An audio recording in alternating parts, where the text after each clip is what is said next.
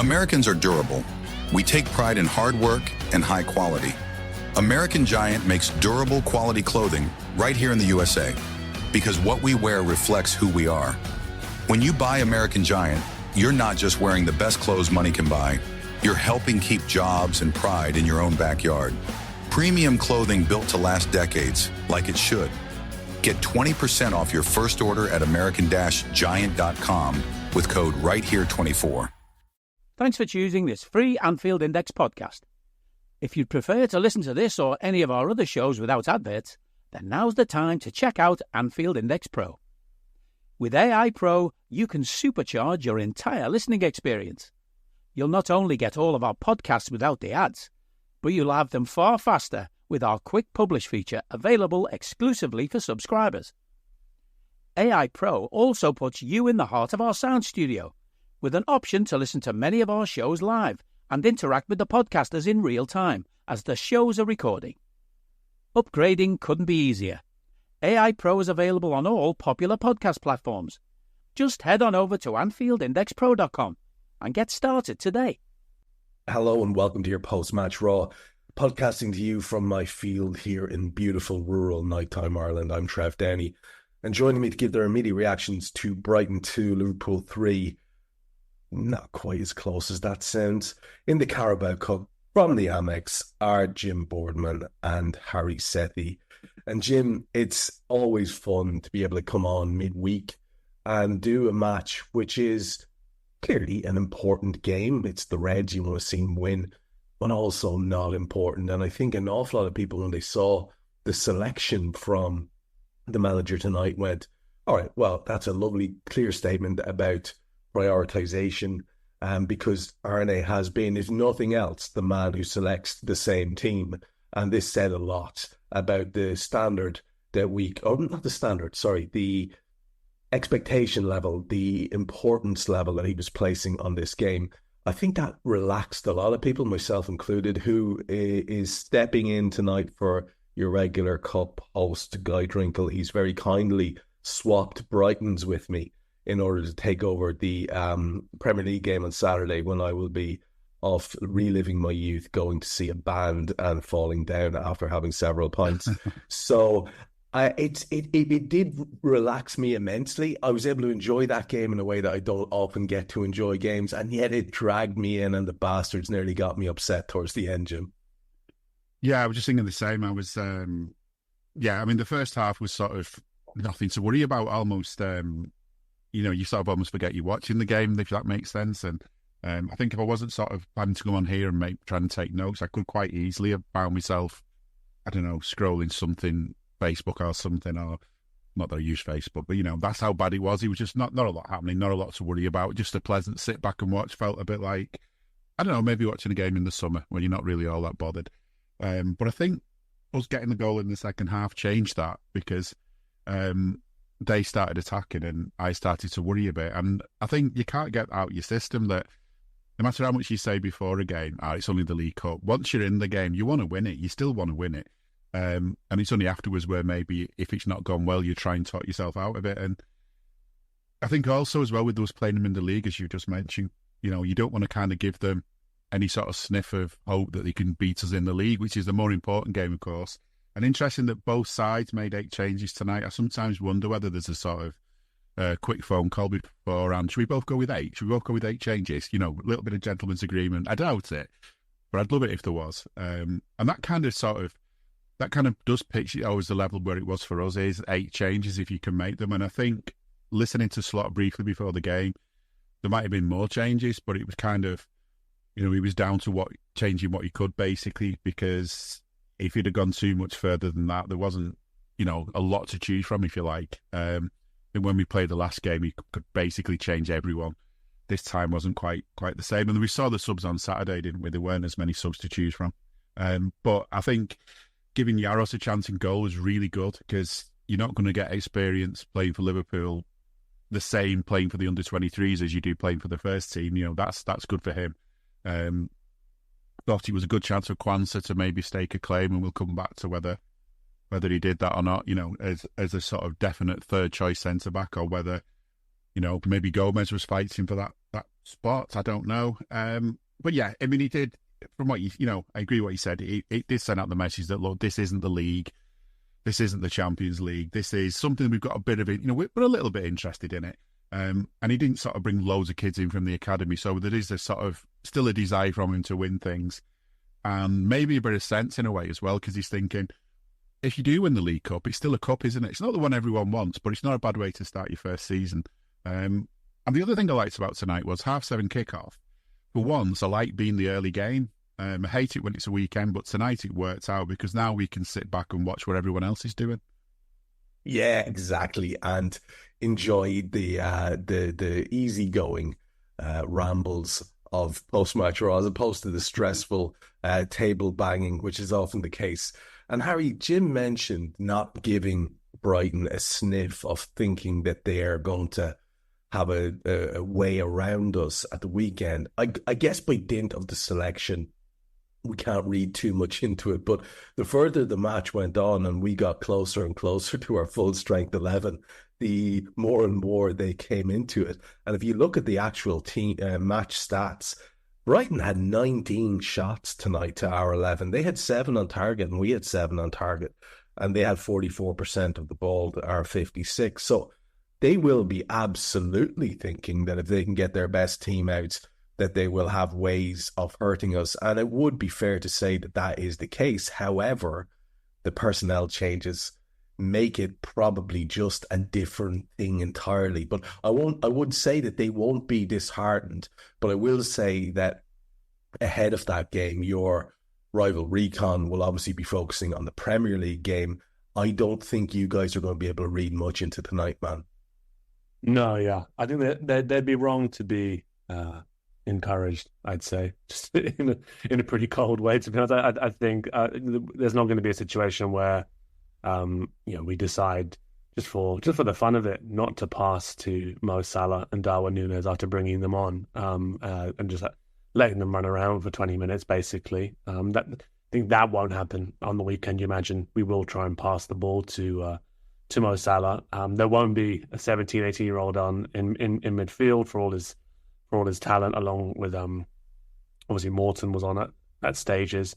And yeah, I think just generally the intensity level is going to be a bit higher. We've seen from Liverpool this season, I think in quite a few games, when we have got that 2-goal cushion, we sort of go into garbage time, right, where the intensity does drop. We try and sort of go through the motions and get out of there without exerting too much energy. The kind of thing we used to actually see from Liverpool in the title-winning season, actually. And I remember there was loads of comments made about it, actually. Oh, you know what, Liverpool in the last 20 minutes of games, they're just a little bit. And what it actually was the team deciding not to overexert themselves. And in that season, we were able to manage our way through a lot of those games just because of the quality of the players we had. And I think we would have done the same thing here, to be honest, if it wasn't for, let's face it, the fact that Quansah makes a bad error and then gets incredibly unlucky with a deflection a few minutes later just to ratchet up the pressure.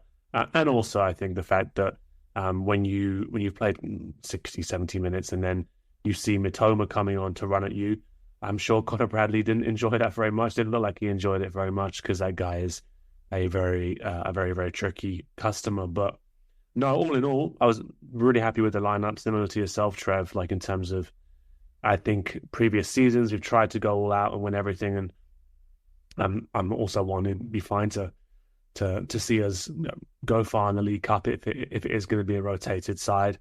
However, I think we know we've learned our lesson now, right? We have to prioritise the league and the Champions League probably, given the size of the squad, given the intensity of the fixture list. So seeing that lineup, all the right signals there about sort of how Slot's thinking about it. I think if Elliott's fit, if Chiesa, a couple others are fit, we'll probably see even more rotation. And then I thought just some really positive showings from some of the players who got their chance, right?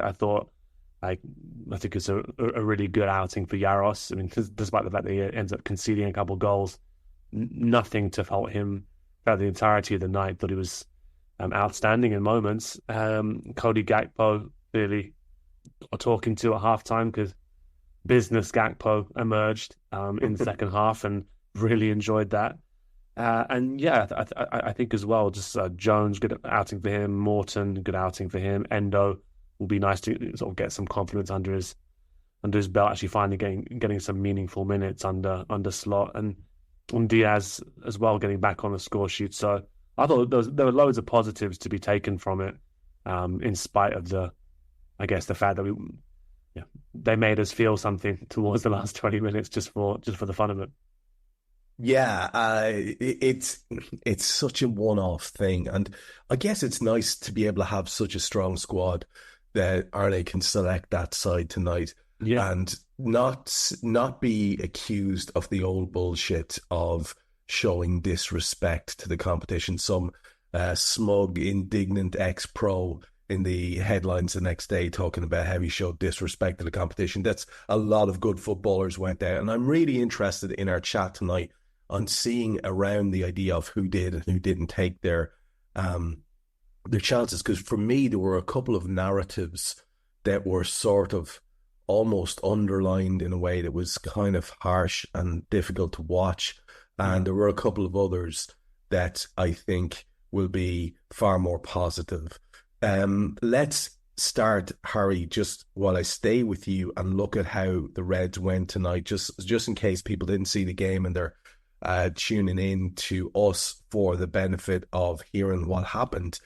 It was Vitor Yaros, and again, a tremendous bit of work by that kid tonight. I thought Gomez and Kwanzaa were our centre-half partnership, predictably enough, with Bradley back from injury and available, and Robertson, the one sort of first-team member of that back five, if you like, who started. GAKPO and Diaz were sort of also included, and they would be nominally in and out of the first team on a regular basis, as was Dom Szoboszlai. And the 11 was made up by Curtis Jones, Endo and Morton. Now, quite how this team lined up is sort of open to a little bit of speculation, because I think it was meant to be a thing and didn't necessarily always end up being that thing. Certainly whoever was central for us was very withdrawn. It seemed to me that we had Endo and Morton and Curtis, and then we had sort of Dom and Gakpo and Diaz, with, for most of that first half, Dom as the central person, Diaz right in the Mo position and Gakpo coming in off the left. But it was kind of a fluid looking thing. What did you make of it in terms of just what it was meant to be from the start? And do you understand what it is he was going for there? Yeah, it seemed like, I think he wanted to have Morton and Endo be pretty close together as a unit, maybe both supporting each other. Morton's obviously very young, incredibly talented, but you'd want someone to be there, like near enough around him just to help him through the game. And Endo as well.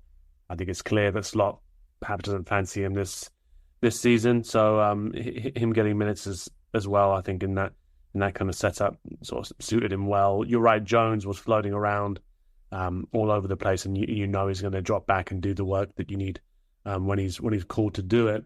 I suppose with Dom, it was just finding somebody in the team who can press, who can harry, who can chase forward in a similar kind of way that we'd want Jota to do when he was fit, and Darwin we've seen him do, but probably trying to save Darwin's legs for the games to come. So it sort of made sense to me to sort of have them operate that way, and I was actually quite happy that we left GAKPO on the left wing because it's where he's looked best this season. It's where he looked best tonight. I thought you could see just how natural that is for him at times, and how cleanly he strikes the ball coming in from that side. So yeah, it made sense to sort of have those go there. Diaz on the right, and again floating around at times. I think there was quite a lot of movement amongst them. So I mean, you look at the bench and you think, okay, were there many more options? I think there's a couple interesting things here around the decision. I think the one that sort of stood out to me was, I do wonder if we saw Robbo play that game, because Tsimikas is going to now start the weekend's game against Brighton off of the back of recent performances. And that's, again, I do want to measure this by saying I'd expect most players of Robbo's age and sort of where they are in their career to have a difficult time against Bukayo Saka at the Emirates. That is something that you should expect at times. But And I thought we had an interesting game tonight where I thought he started clumsily and didn't look too great, and actually started to grow into it the longer he was out there. But yeah, you'd imagine that's Simi starting in the weekend instead of him. But other than that, I mean, Virgil, happy to see him in that coat all night. Kelleher, happy to see him on the bench. Kanate, similarly, don't want to see him risk, given how important he's been. Mo, Nunes, Mac. It's only Nyoni who's on the bench there who you think, okay, give him an opportunity in the cup, and he did get that opportunity, but only when it was sort of sensible to do so. So you look at the team, and I think really that's the only one he could have picked. Yeah, I think it's fair, and it was lovely to see the changes. And Jim, Harry's going to be doing in-depth discussions about Brighton and their likely proper starting 11 for his Rival Recon show. And what I might do before I speak to you is just outline who played tonight for them. So they had Steele in goal, Van Hecke and Igor with Lamptey and Kadioglu either side, Moder and Wiefer in the middle, Gruda and Ciso and Adingra behind Ferguson. Nominally was the lineup. And of course on their bench then they have Welbeck who comes on, Mitoma who comes on, as Harry said, to great effect, and he's a very dangerous kid. He's the kind of lad I'd love to see playing for us.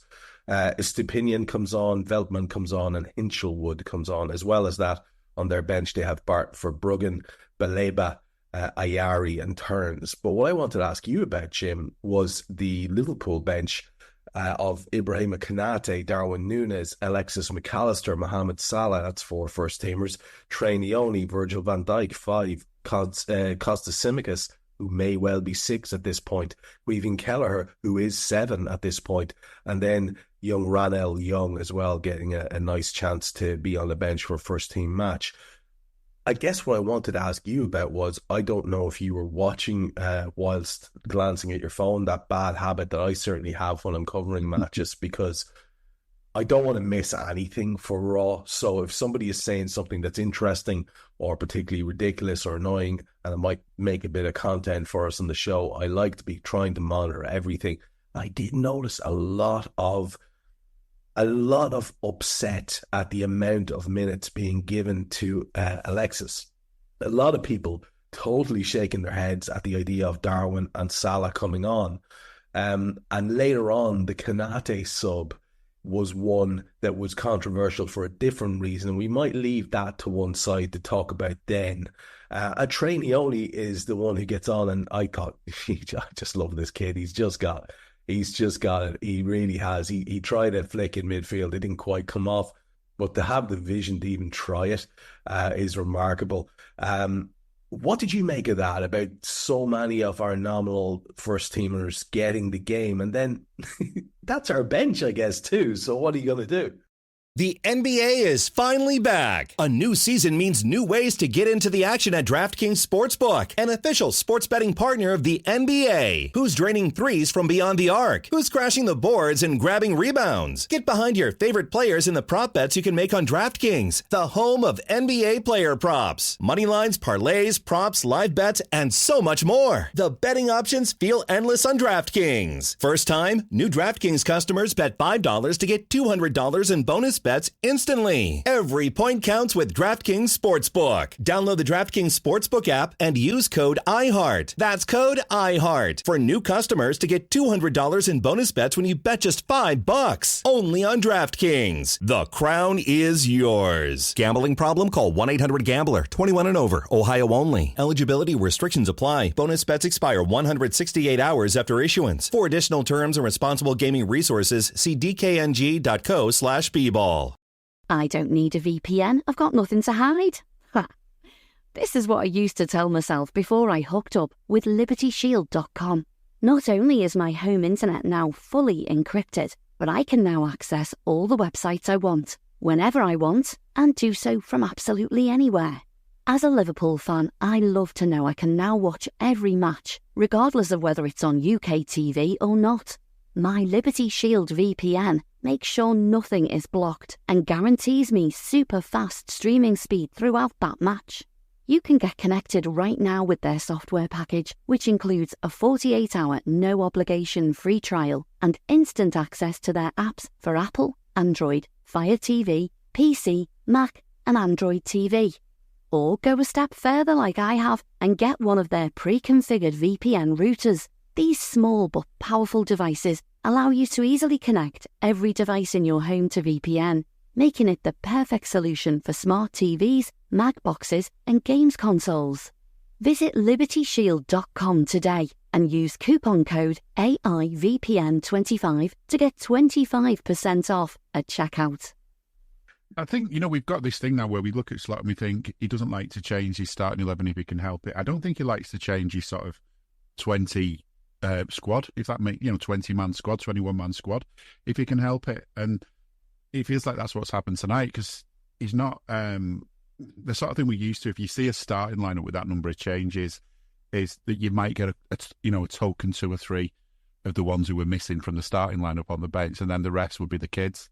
Yeah, rescue merchants if you need them. Yeah, but he's just sort of, it's almost as if he's only got on his whiteboard with all his pieces, he's already got the numbers on them on the little magnetic things, and he can only use the ones he's got. So when he's picking his team and his subs, he can't bring anyone in because he's not really got a number 82, but he must have had one made today. It feels a little bit like that.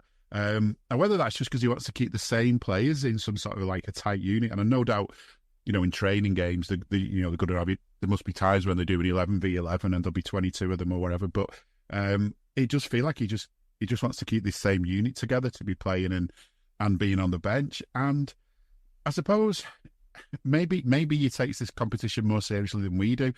And it must be difficult when you come from overseas and you get this sort of, as you just said, the ex-pros saying, "Oh, disrespecting the competition by making 2 changes or something," because that's the kind of stuff you get sometimes. Likewise, there's other people saying, "Oh, it's only the League Cup." Sorry, Siri's not very happy. It's only the League Cup, and I mean the EFL. I always remember what they did to us when we were in the World Club Cup competition, whatever it was called, and we basically had to put out completely reserve side in the competition because he couldn't find a space for us. So that's how the competition gets devalued.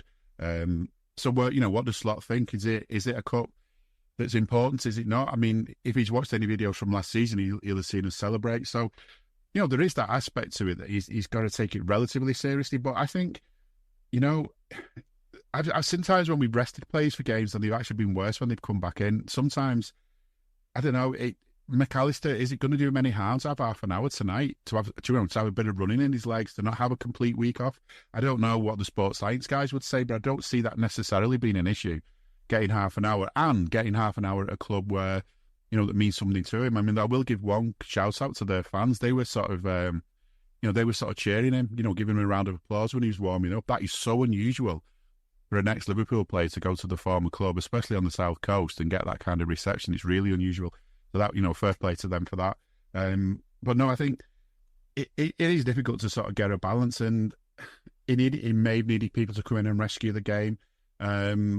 It just seems odd. I mean, we'll not mention them in detail, but to have your 2 main centre-backs on the bench, you think you'll bring one because it's really bad fortune if you're going to lose 2 centre-backs in a game and need to bring both of them on.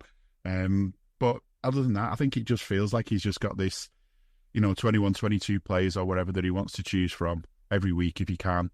And he probably will pick the same 11 wherever possible, changing them as they go along if they start to show improvements. I think Harry's probably spot on about Costas because he's maybe one of the players I would have expected to start tonight. So maybe he's not going to be on the bench on Saturday. But it's a chance for him to get some rotation in with those players, isn't it? It's a chance for him to get to see what they can do. And as we go through the game, we'll no doubt say what we think of what they did. But maybe, I don't know, maybe he just doesn't feel he knows the young lads well enough to know which ones can bring in. Because, I love Neone as well, and he's a player, no doubt seen a little bit of him from last season. There's a promising lad, and it's a competition where promising people can make big names of themselves like Robbie Fowler did. But yeah, I think I totally get why he's done this. Personally, he's in a situation, isn't he, where he can't do the right thing for everybody. There'll be people complaining if he goes strong, people complaining if he goes weak. He's kind of got somewhere in between. But what I think he's also done is he's made sure that everyone who he needs for the rest of the league is in the right place for it now. They've had some minutes, they've had a bit of a game, they've had a bit of a rest as they need it. I mean, Virgil needs a rest, Ibu needs a rest. And maybe we wouldn't have brought Ibu on at the end, but maybe we needed it today because the other side to this as well is as much as we don't win the competition, you don't want to have the low morale of going out of one either, do you? So again, so many different things for him to take into account, and well, it works in the end, didn't it? Yeah, it's really interesting to hear you make that point about he can't please everyone, and that's so true. But the thing about Arne Slot that I like so far is that I really think he doesn't give a fuck. No. Whether he's pleasing you or me or anyone else. And I'll tell you what, I'll take that. There's just something very freeing about the lack of, I don't know, emotional is the wrong word, but the cold clarity of his thinking, which Christ knows we'll be talking about later on. Now, Jim, what I'm going to do is talk to you about this first half because, frankly, not a lot happens. And then I want to get Harry's thoughts on the first half. Anything we've missed out or he wants to fill in or speak around. And then we'll spend our time a little bit longer on the second. But in terms of incidents in that first half, it's an odd one. Lewis Steele has a couple of dodgy moments early on with a couple of dodgy balls out that nearly cost them. On 12 minutes, there's a break right through the centre. And Lamptey, who's looking really, really promising in the early part of this game, is played in on goal. But Yaros, in a moment of excellence, comes out and smothers. And then on the break, immediately, we get Cody cutting in from the left in that Cody GAKPO position and curling a low shot just wide of the far post. And it's kind of the end-to-end that sums up most of that first half, if we're being honest, in that couple of in that 1 minute. In that 1 minute, we have something that's an important point for at least one of you guys to talk about, which is Yaros, and how, as I saw Guy Drinkle tweeting a couple of minutes ago, we happen to have fourth and great goalkeepers. Is that actually the case? I think it is. I think Yaros looks the business. We've all been told that Mamardashvili is the business. We know that Allison is the business, and we know that Kelleher is the business. It's a hell of a situation to be in. On 17, there's a lovely flowing move started by Curtis Jones, ends up with a Cody cross that Luis Diaz can't quite get his head onto. And on 29, Enciso hits one from distance that kind of takes everybody by surprise, to be honest. It's only narrowly over in the end. Robbo does a cut back on 32 on the end of a lovely bit of football, and the effort by Dom Szoboszlai, who gets to the cutback, is sort of low. The keeper gets to it with his leg. It's another good save. And then as it hops up, Diaz heads the rebound wide. They actually have a little bit of consistent pressure in our box on the 34th minute, but we kind of shuffle across, make the blocks repeatedly, do what we need to do. Curtis puts in a great tackle on 36, and of course it's a free to them, 30 yards out in central, and it's a little bit ominous. Nothing comes from it. Lovely flowing move from us on 38 minutes leads to a Robbo shot. It's going in at the near post. Again, another good save, corner, and nothing else happens. And the only other mention I wanted to make of an individual in that first half was, and again, I think it seems to me that it very much depends, Jim, on how you personally view a footballer, what you're going to say about him. I really try to be objective. I don't hate any of our footballers. I like them all, and I want them to be good. But I wanted to mention here as well, it just seems to me that one of the narratives I was worried about was Arne Slot doesn't fancy Endo. And it's the proof of that is in the pudding of selection and team squads. You don't have to be a genius to see that. And when he has come on a couple of occasions, it's usually been in the very last few minutes. And on at least one of those, he, honest to God, looked like he won a raffle to appear for Liverpool. He looked nervous. And I thought there was a little bit of that today, except also a little bit slow to things. Didn't have that pace. We know he's not quick, but we also know he's a great battler. And I just thought there was something a little bit off about his passing, about his tackling. about his presence there in the midfield, where he is actually amongst that lot quite a senior footballer with a lot of experience. So I would love to hear your take on Endo, because God knows I'm very fond of the kid. I'd love to see him do well for us and be a real viable option there. And also Yaros and the showing he put in, because that's a big moment early on, and he continued to pull out big moments as the game went on.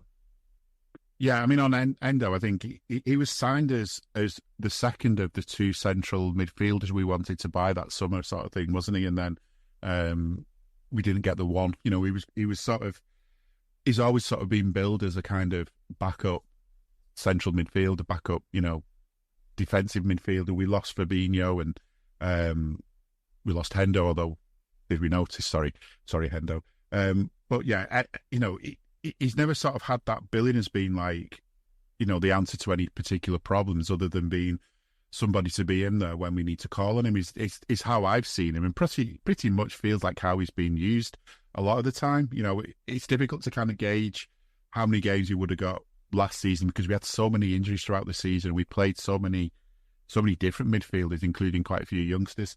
You know, there's some people who might say, if you're thinking of midfielders and so on, that maybe Bobby Clark was one who should have stayed, and maybe Endo could have moved on. But I don't agree. I still think Endo is this good, useful backup player. But the problem with backup players is sometimes if they're not getting enough games or enough minutes between games, is you wonder whether they just are a little bit rusty. And I think it feels a bit like that with Endo. I mean, this side isn't as sort of heavy metal, if you like, as it used to be. Maybe you don't need to be quite so quick and fast and running quite so hard for so much of the game as you used to be under Klopp, but you still do need to have a certain amount about you. He just doesn't seem to have benefited from having that gap, from having that lack of action. And of course, players need confidence. Players work on confidence. I mean, sometimes you think of someone like Darwin, who doesn't seem to be fazed by anything, but most players don't need much of a knock to the confidence to start struggling. And you know, I think that there's a little bit of that with him. But you're right, there was the narrative before the game. I heard interviews about, has he got something to prove tonight? And I think Slot's answer was he just hopes, as far as he's concerned, no, Endo's not got anything to prove more than anyone else. He wants them, if they're starting, to show what they can do, you know, to prove themselves every game, if that's the right way of putting it. So, there's definitely an agenda against him, but I still think anyone expecting him to be the kind of first choice player at any time, I just don't think that's him. I think it's just that under Slot he looks worse because he just doesn't do rotation. I think you can almost say that Endo might have been the second choice, but he would have started maybe say 1 in 3 games or something previously. And he's obviously not going to do that under this guy, which, you know, maybe that's just not to his strengths. But yeah, it wasn't great tonight. And considering he had a young lad next to him, and he should have almost been the steadying influence, I think the young lad next to him kind of looked like the more confident of the two, which kind of says a lot. And if we're going to talk about confidence, Yaros, it shows the benefit of going out on loan for these players. You know, go out on loan, play at a club where things matter. And, you know, I think Slot said he's praised him more than once when I've heard him talk about what he did at his last club when he was on loan and winning things. You know, that does you a heck of a lot of good. But he didn't look at all out of place. And I thought it was funny at times tonight, the Brighton fans were trying to do the usual stuff when the ball was played back to him, you know, trying to get him to be all nervous about it and think he's going to mess up because it's just some young lad, third choice keeper, and go, that wasn't in. You know, it was as mad to hear them sort of making those noises as it would be if it was Ali in goal. Just what are you on about, lads? Just, this is a decent keeper. And I think it was around about the 12th minute, wasn't it? It was the first real sign of how good a keeper he's going to be. I know sort of goalkeeping experts could no doubt find fault with him, but for his age, I think there's still plenty of good in him. There's plenty that he's doing right, and there's not a single keeper in the game that doesn't make a mistake. I don't really think he did much wrong at all tonight, and I think, you know, he sent out a message that to me that it's about the 12th or 13th minute, just the way he stood up strong. Other keepers might have been fazed by that, but he stood up strong, and it sort of just sends out a message that, you know, you've got to get past these defenders. Yeah, if you do that, you've still got to get past me. Kind of the message that Ali sends out all the time, that, you know, obviously there's a difference between those two centre-backs and that keeper tonight, and our best two centre-backs and our best keeper. But that was still a strong wall, if you like, for them to face. And as that game went on, I was really pleased to see what he did. And you're right, we've got such strength in that position. It's a shame that we are seeing these, because obviously we would much prefer it if we were just seeing Ali every game. But we know now that we've got a backup should we need it. I would even say that another aspect of this is that competition's a massive thing in football. You get a game tonight, you get your chance to show the manager what you can do. You show yourself in training. All of a sudden, slots first 11, maybe you're not as far down the pecking order. Now, obviously, he's going to be fighting to get past Ali.